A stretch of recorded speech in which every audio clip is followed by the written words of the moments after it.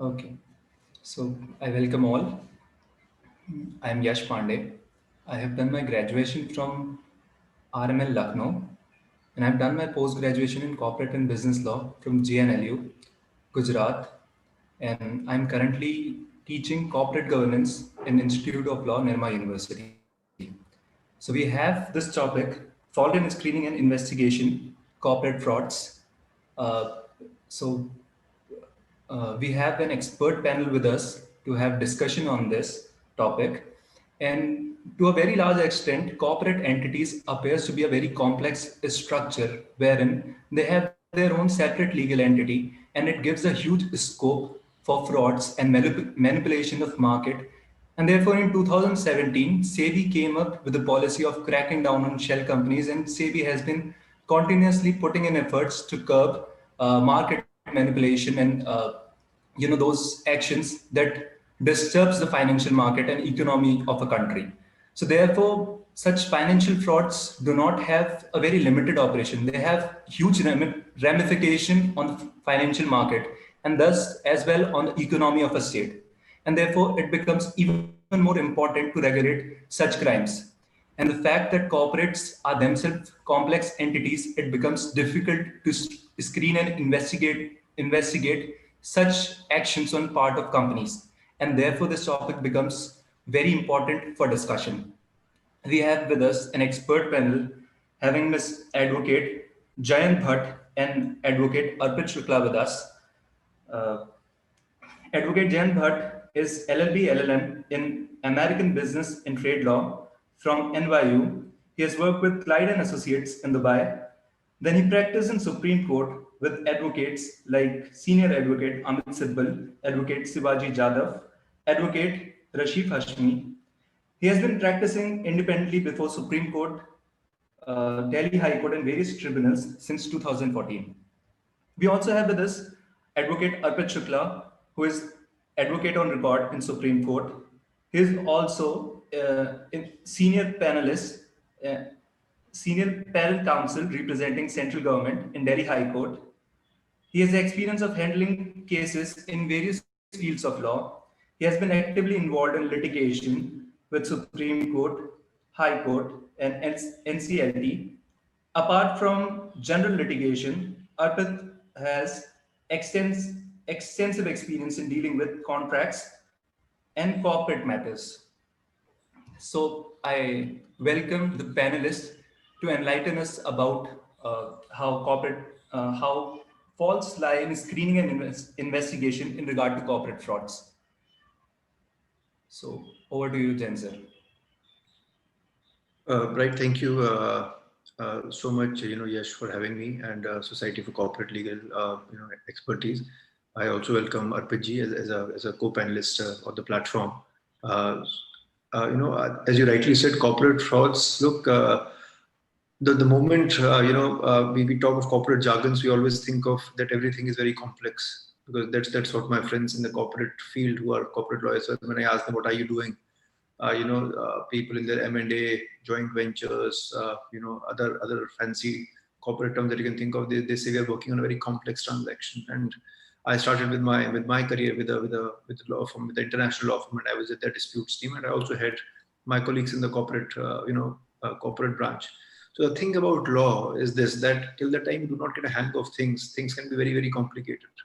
And same is the thing with the corporate setup, because you would not know where the umbrella company is, how it's operating its subsidiaries in different countries or within the same demographic.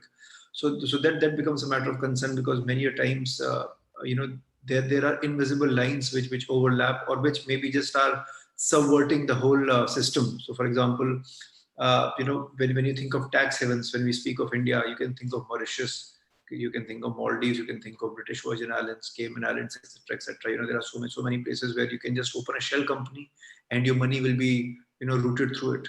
Then we have always traditionally heard of, a lot of Swiss bank accounts which powerful people in this country hold, and that always is a matter of concern, both politically and business-wise. That is the money actually being laundered? Is there money there or not?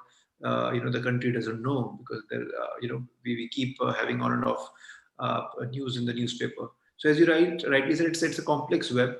but not so complex if you think of it, because then the government always has its eyes and clutches through various regulators on these entities. So SEBI obviously is the top regulator. For banking mechanisms, we have RBI regulating them, and to ensure that there is a KYC compliance when a company or when a subsidiary opens a current account or any other account with a particular bank, so they have to do their due diligence.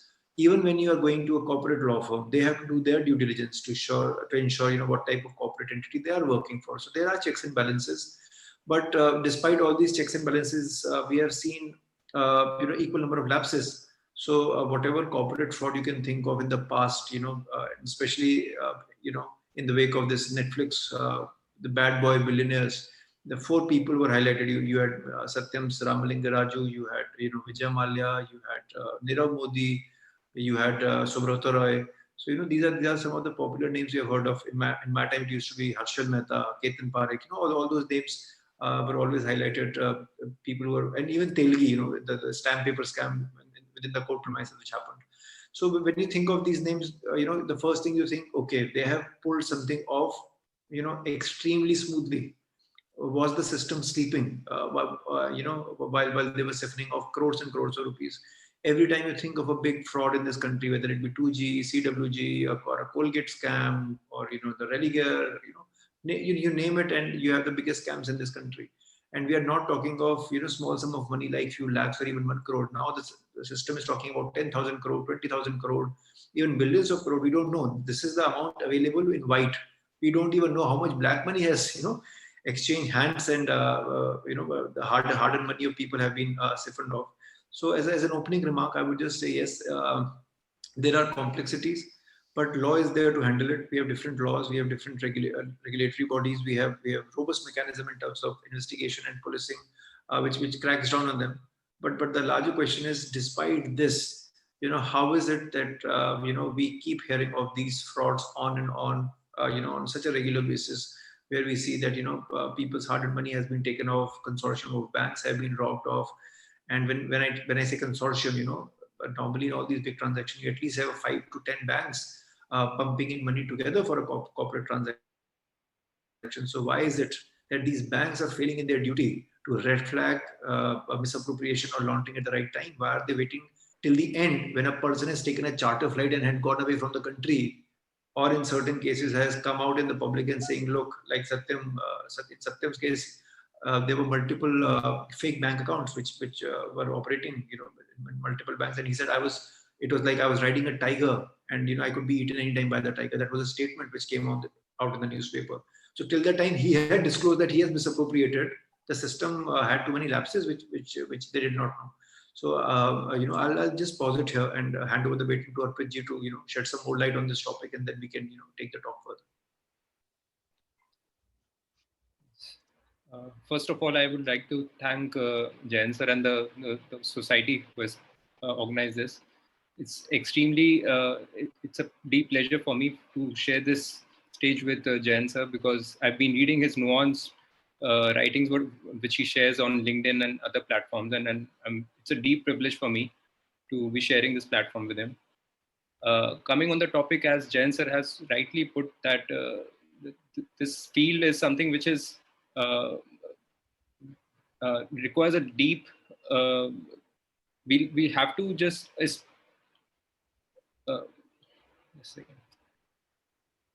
we have to put substantial effort in coping with this issue. This problem is not something which can be solved only with the regulatory bodies. The system needs a complete overhaul, and only then we'll be able to solve this issue. So